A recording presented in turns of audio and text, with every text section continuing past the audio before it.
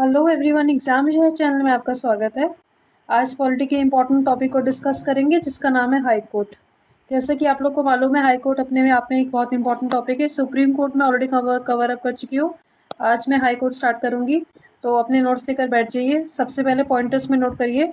High court का जो आपका आर्टिकल है वो है आर्टिकल 214 से लेकर के 231, और साथ में पार्ट कौन सा है ये, तो पार्ट 6 है। चैप्टर को स्टार्ट करेंगे आप लोग, मेंशन करेंगे high court part 6 article number 214 214 से लेकर के 231 तक। आर्टिकल्स हम लोग बाद में डिस्कस करेंगे। सबसे पहले हम लोग कुछ चीज़ें इंपॉर्टेंट देख लेते हैं कि जैसे हाई कोर्ट का जो ऑफिस था सबसे पहले ब्रिटिशर्स के टाइम पे आ गया था। ठीक है, तो कौन से ईयर में आया था ये? 1862 में आया था। ओके, तो सबसे पहले जो आपके हाई कोर्ट्स वगैरह थे, 3 हाई कोर्ट सेटअप हुए थे। सबसे पहला हाई कोर्ट आपका कहाँ पे सेटअप हुआ था? तो पहला आप नोट कर लीजिएगा, पहला कैलकाटा में हुआ था। ठीक है, सेकंड आपका हुआ था बॉम्बे में, और थर्ड जो हुआ था वो कहाँ पे हुआ था? मद्रास में। ओके, तो एक बार देख लीजिए फिर से कि हाई कोर्ट का जो ऑफिस था वो 1862 में आया था। और सबसे पहला हाई कोर्ट हमारा कहाँ बना था? कलकत्ता में बना था। दूसरा बना था हमारा बॉम्बे में, अंग्रेज़ों के टाइम पे ही था ये। ठीक है, और थर्ड बना था आपका मद्रास में। फिर पूछा जाता है कि चौथा कहाँ बना? तो चौथा अब जो आपका था वो इलाहाबाद, इलाहाबाद मतलब आज का आपका प्रयागराज हो जाएगा। तो चौथा आपका तब बना था, और इसका ईयर क्या था? 1866। ठीक है, तो देख लीजिए जैसे कि 1866 में आपका क्या कहते हैं, फोर्थ हाई कोर्ट बन गया था। ठीक है, 1866 में फोर्थ हाई कोर्ट बन गया था। और फोर्थ हाई कोर्ट हमारा कहाँ बना था? तो भाई वो इलाहाबाद में बना था। तो इस तरह से आज़ादी से पहले जितने भी हाई कोर्ट्स हमारे बन के वो तैयार हो गए थे। फिर 1947 में हमें आज़ादी मिल गई थी, और 1850 में हमारा क्या कहते हैं, संविधान आ गया था। और संविधान के बाद आपका हाई कोर्ट का प्रॉपर आपका ऑफिस जो था वो बन गया था। ठीक है, तो उसके बाद हमें एक चीज़ देखनी है कि सबसे पहली अमेंडमेंट हाई कोर्ट के रिगार्डिंग आई थी, सेवन्थ अमेंडमेंट एक्ट 1956। ठीक है, तो सेवन्थ अमेंडमेंट एक्ट 1956 नोट कर लीजिए। ठीक है, सेवन्थ अमेंडमेंट एक्ट 1956 में क्या कहा गया है? ठीक है, तो सेवन्थ अमेंडमेंट एक्ट 1956 में आई थी सबसे पहली चीज़ तो ये। तो आप लोग को जैसे पता होगा हाई कोर्ट जो है, सपोज अगर मैं बात करूँ यूपी का हाई कोर्ट कहाँ पे है? तो आप लोग को पता है भाई प्रयागराज में है। कहाँ पे है? प्रयागराज में है। ठीक है, उसके बाद में दिल्ली का हाई कोर्ट बोलूँ तो दिल्ली का कहाँ पे है? तो दिल्ली का दिल्ली में है। ठीक है, फिर मैं बात करूँ वेस्ट बंगाल का हाई कोर्ट कहाँ है? तो आप लोग बोलेंगे कैलकाटा में है, राइट। उसके बाद मैंने बात करी कि अंडमान और निकोबार का हाईलैंड का क्या कहते हैं, हाई कोर्ट कहाँ पे है? अंडमान निकोबार जो आइलैंड है आपकी, उसका हाई कोर्ट कहाँ है? तो ज़्यादा बच्चों को नहीं पता होगा, बच्चे गेस करते हैं कि भाई तमिलनाडु है, इस तरह से बात करते हैं, बट उसका भी हाई कोर्ट कहाँ पे है? कलकत्ता में है। तो अगर मैं आप लोगों से नॉर्मल बात करूँ कि कलकत्ता जो हाई कोर्ट है वो आपका अंडमान और निकोबार का भी है, और साथ में वो वेस्ट बंगाल का भी हाई कोर्ट है।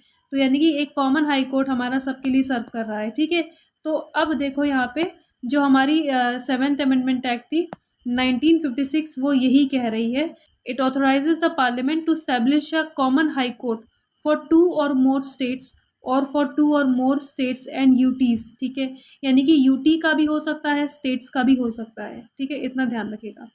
चलो आगे बढ़ते हैं नेक्स्ट पॉइंटर में। आज के टाइम पे टोटल हाई कोर्ट कितने हैं? तो टोटल हाई कोर्ट 15 है। वीडियो के एंड में मैं आप लोग को सारी हाई कोर्ट्स कहाँ कहाँ पे उनके सेंटर से वो मैं आप लोग को नोट डाउन करवा दूंगी। तो नेक्स्ट बढ़ते हैं टॉपिक हाई कोर्ट में, ये अपॉइंटमेंट एंड कॉम्पोजिशन। ठीक है, तो हाई कोर्ट में आपका कौन अपॉइंट करता है हाई कोर्ट के जजेस को? Very very very important question. ठीक है, बच्चे बहुत कंफ्यूज होते हैं क्योंकि ऑप्शन में हमारे गवर्नर होता है, तो ध्यान रखना हाई कोर्ट के जज को गवर्नर ही नहीं, कौन अपॉइंट करेगा? तो प्रेसिडेंट करेगा। ठीक है, अपॉइंटेड बाय कौन? अपॉइंटेड बाय भाई प्रेसिडेंट है, इसको आप लोग याद रखना। ठीक है, तो यहाँ पे देखो मैंने मार्क कर दिया है, ये रहा। कौन अपॉइंट करेगा? तो ये राष्ट्रपति अपॉइंट करता है। ठीक है, अब देखो इसमें बहुत सारी चीज़ें अलग अलग जो हम लोग डिस्कस करेंगे।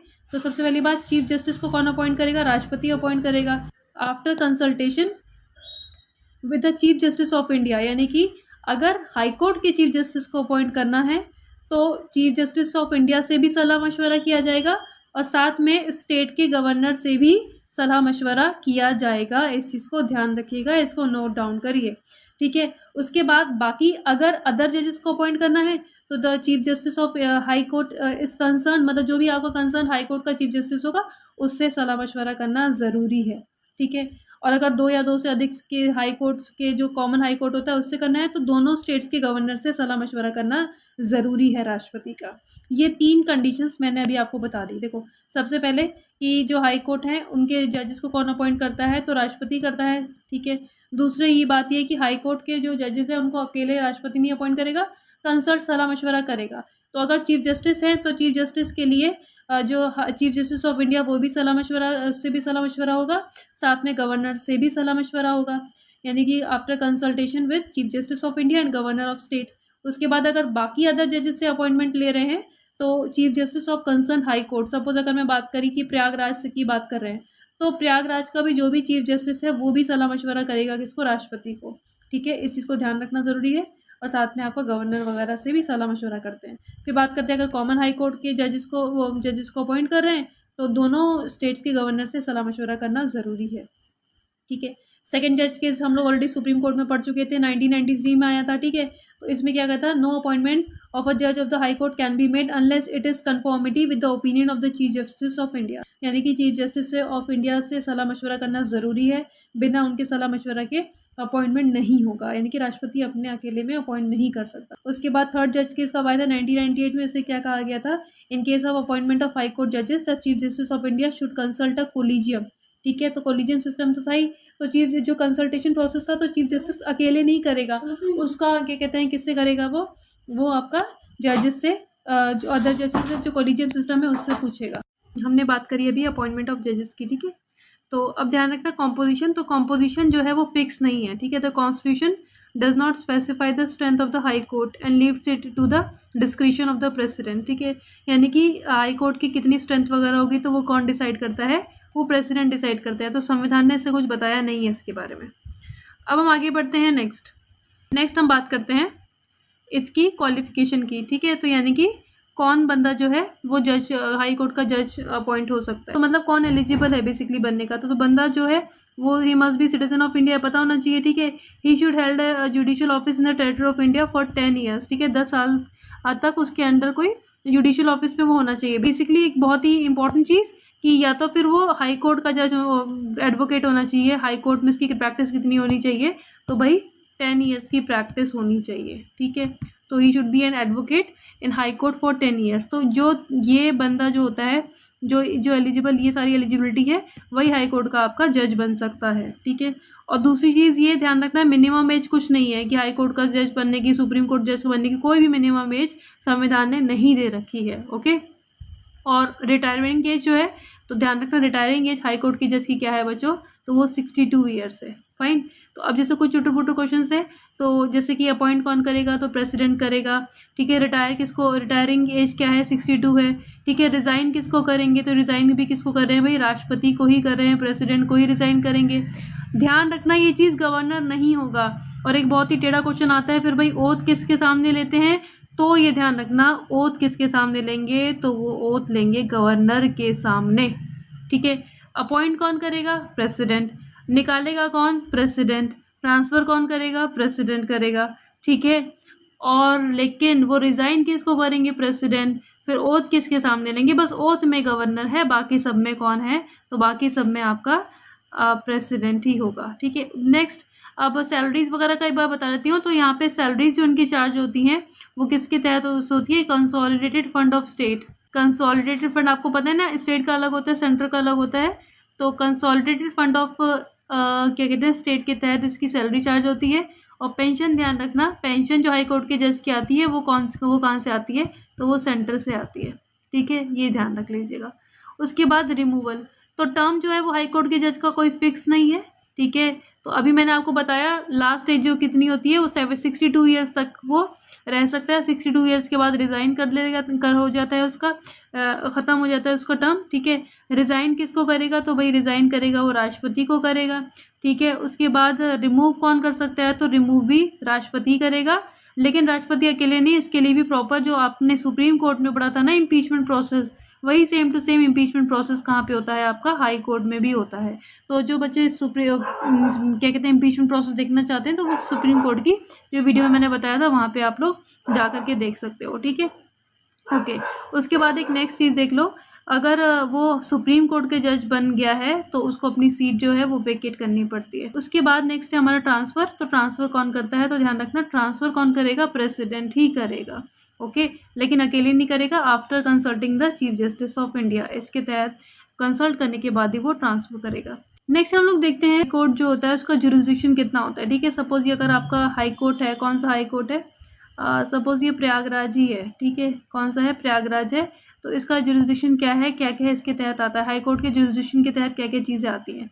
फिर से एक बार डिस्कस कर लेते हैं हायरार्की। ठीक है, तो आप लोग को पता है सबसे ऊपर कौन सा है, सबसे ऊपर सुप्रीम कोर्ट है। सुप्रीम कोर्ट के नीचे कौन सा है आपका, हाई कोर्ट। हाई कोर्ट के नीचे आपका डिस्ट्रिक्ट कोर्ट वगैरह है, लोअर कोर्ट्स हैं, ये सारे कोर्ट्स हैं। तो सपोज अगर कोई दिक्कत होती है यहाँ पे, अगर क्रिमिनल केसेस वगैरह होते हैं, सिविल केसेस होते हैं, सबसे पहले लोअर कोर्ट में जाएंगे, लोअर के बाद हाई कोर्ट में जाएंगे, हाई कोर्ट के बाद आपका सुप्रीम कोर्ट में जाएंगे। तो ये हायरार्की हमने देखी थी। तो अब हाई कोर्ट का ओरिजिनल जुरिस्डिक्शन भी है, जैसे कि हम लोगों ने सुप्रीम कोर्ट में देखा था कि रियल उसमें हाई कोर्ट में कौन कौन सी केसेस आते हैं। जैसे सुप्रीम कोर्ट में देखा था कि सेंट्रल स्टेट की केसेस सुप्रीम कोर्ट का ओरिजिनल जुरिस्डिक्शन था, ऐसे ही हाई कोर्ट का जो ओरिजिनल जुरिस्डिक्शन है वो क्या होता है, जितने भी डिस्प्यूट्स होते हैं, जो इलेक्शन होते हैं, election of members of parliament या state legislature, very very important. ठीक है, तो जो इलेक्शन के रिगार्डिंग, मेंबर ऑफ पार्लियामेंट के इलेक्शन या स्टेट लेजिस्लेचर के इलेक्शन के रिगार्डिंग जितने भी डिस्प्यूट होते हैं वो कहाँ पे जाते हैं भाई, वो हाई कोर्ट जाते हैं, और वो हाई कोर्ट के ओरिजिनल जुरिस्डिक्शन में आते हैं। ठीक है, बाकी रेवेन्यू मैटर जो होता है, रेवेन्यू मैटर भी कहाँ पे आएगा आपका, हाई कोर्ट के उसमें आ जाएगा। नेक्स्ट है फंडामेंटल राइट्स का जो इन्फोर्समेंट होता है, ठीक है, वो इसी में ही आता है, ओरिजिनल जुरिस्डिक्शन में आता है आपके, ध्यान रखिएगा। ठीक है, वो उसमें आपका जो भी फंडामेंटल राइट्स, अगर समझ लो कि कुछ कह रहे हैं कि कोई भी आपका कि वायलेशन हो रहा है, इन्फोर्समेंट वो सरकार कर रही है, नहीं कर पा रही है, जो भी है, तो केस जो भी आप लगाते हो कि हमारा फंडामेंटल राइट्स का वायलेशन हो रहा है, तो आप कहाँ जाओगे, तो हाई कोर्ट पे चले जाओगे।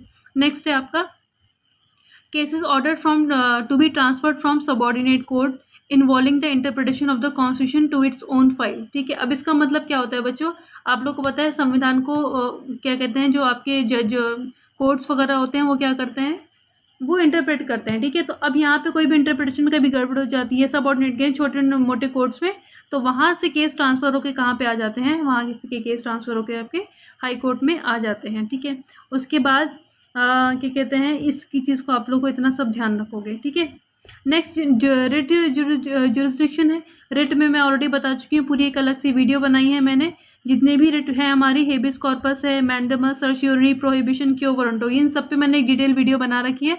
आप लोग जो प्लेलिस्ट है पॉलिटी की, उसमें जाकर के आप लोग इस रिट्स को इनको डिटेलिंग देख सकते हो। ठीक है, बस ध्यान रखना है यहाँ पे इंपॉर्टेंट क्या चीज़ है, जो रिट जुरिस्डिक्शन है हाई कोर्ट का, उसका आर्टिकल नोट कर लीजिए, आर्टिकल 226 होगा यहाँ पे। ठीक है, तो आर्टिकल 226 के तहत हम लोग हाई कोर्ट में जा सकते हैं, और आपको पता है आर्टिकल नंबर 32 के तहत हम कहाँ जा सकते हैं, सुप्रीम कोर्ट में जा सकते हैं। ठीक है, अगर फंडामेंटल राइट्स का वायलेशन हो रहा है, कोई भी रिट अगर हमें दायर करनी है तो। ठीक है, ओके।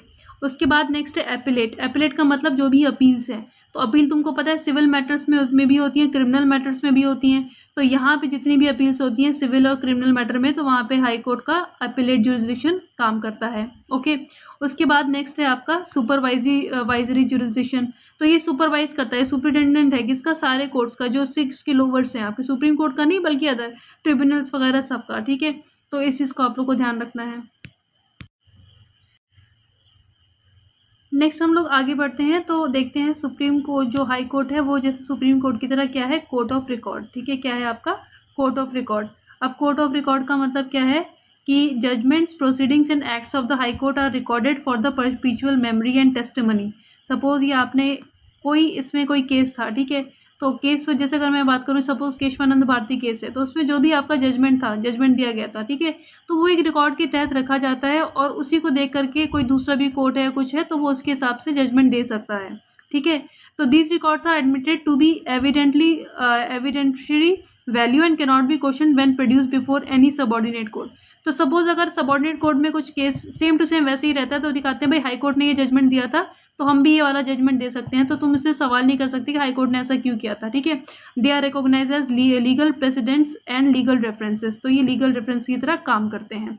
दूसरा ये है कि high court has the power to punish for the contempt of itself. ठीक है, अब जा करके आप लोग इसे मूवीज़ में देखते होंगे कि वहाँ पे कोर्ट में बंदूक चल गई, ये सब हो गया। ठीक है, तो यहाँ पे अगर ऐसा कुछ होता है तो हाई कोर्ट के पास क्या पावर है, कि वो उसको पनिश कर सकता है कंटेम्प्ट ऑफ कोर्ट के मैटर में। ठीक है, ठीक है। तो ये सारे हमारी क्या चीज़ें हो गई, ये हमारी आपकी हाई कोर्ट की सारी इंपॉर्टेंट बातें हो गई।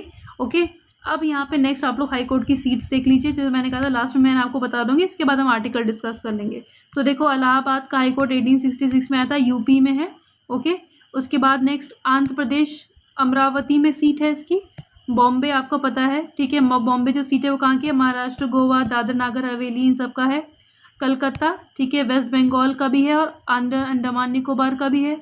ठीक है, नेक्स्ट ध्यान रखना छत्तीसगढ़, तो छत्तीसगढ़ आपका छत्तीसगढ़ का ही है। ठीक है, इसे ध्यान, ये तो पता ही है। ठीक है, अब यहाँ पे बिलासपुर वगैरह यहाँ पे सीट है। न्यू दिल्ली में आपका, दिल्ली जो है आपका वो न्यू दिल्ली की है। ओके, अब गुवाहाटी देखो कहाँ कहाँ की सीट है, असम की भी है, नागालैंड की भी है, मिजोरम की भी है और अरुणाचल प्रदेश की है। Very very very important. ठीक है, जो गुवाहाटी हाई कोर्ट है, असम, नागालैंड, मिजोरम और अरुणाचल प्रदेश। ठीक है, उसके बाद गुजरात का कहाँ पे है भाई, अहमदाबाद में है। हिमाचल प्रदेश का आपको पता है शिमला में है। ठीक है, ये बता यहाँ पे छत्तीसगढ़ का कहाँ पे था, बिलासपुर में था। नेक्स्ट है आपका जम्मू कश्मीर, तो वहाँ पे श्रीनगर में है। उसके बाद झारखंड की कहाँ पे है, तो रांची में है।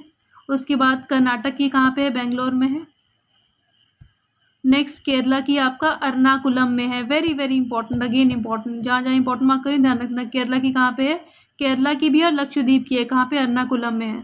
मध्य प्रदेश की, ये भी बहुत बार एग्जाम में पूछा है, जबलपुर है, ध्यान रखना, भोपाल वोपाल नहीं है। मद्रास की आपका चेन्नई है। मणिपुर की आपकी इम्फाल है। मेघालय शिलोंग, जहाँ जहाँ कई बार राजस्थान, जहाँ पे राजधानी है वहीं पे ये। उड़ीसा की कटक में है। पटना की, बिहार की कहाँ पे है, पटना में है। पंजाब हरियाणा चंडीगढ़ की चंडीगढ़ में है। राजस्थान की कहाँ पे है, जोधपुर में है। सिक्किम की कहाँ पे, गैंगटॉक में है। तेलंगाना की कहाँ पे, हैदराबाद में है। और त्रिपुरा की कहाँ पे, अगरतला में। उत्तराखंड की कहाँ पे है, नैनीताल में है। ठीक है, ओके। अब लास्ट में आप लोग फटाफट से आर्टिकल्स देख लीजिए सारे। तो देखो सबसे पहले 214 क्या कह रहा है, 214 there should be high courts for state.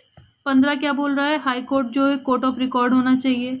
16 constitution of high court बता रहा है। 17 appointment and conditions of office of जज ऑफ हाई कोर्ट। ठीक है, ये इंपॉर्टेंट है। हाई कोर्ट कौन से आर्टिकल में, ये भी इंपॉर्टेंट होता है। ठीक है, नेक्स्ट ओथ आपका 219 में है। ओके, सैलरीज वगैरह 221 में। उसके बाद वेरी वेरी इंपॉर्टेंट, इसको मार्क कर लीजिए, article number 223 appointment of acting chief justice of high court. ठीक है, उसके बाद अपॉइंटमेंट ऑफ अदर जजेस, आपका एक्टिंग जजेस, ये आपका 224 में रहता है। ठीक है, जुरिस्डिक्शन कहाँ है, 225 में है। ठीक है, हाई कोर्ट का पावर, ये तो बहुत इंपॉर्टेंट है, बताया था 226 में रिट्स इशू करने का पावर दिया रहता है। ठीक है, तो ये सब आपके क्या हो जाते हैं, इंपॉर्टेंट आर्टिकल्स हैं जो आपको कई बार एग्जाम में पूछे गए हैं। तो ये सब आप लोग ध्यान रख लेना। ट्रांसफ़र वाला है, transfer of certain cases to high court 228 में चला जाता है। तो ये हो गया हमारा सब कुछ मिला करके हाई कोर्ट का important case, sorry high court के बारे में ये सब कुछ मिला करके हमारा हाई कोर्ट कंप्लीट हो जाता है। होप कि आपको क्लास समझ में आ गई होगी। ठीक है, एक थोड़ी बहुत सी चीज़ें देख लो। 62 ईयर जो चेंज हुई थी एज, वो कब हुई थी, 15th अमेंडमेंट एक्ट 1963। ठीक है, और एक मैंने आपको 7th अमेंडमेंट एक्ट तो पहले ही बता दी है। ठीक है, चलिए, होप की क्लास आप लोग को समझ में आ गई होगी। Thank you everyone.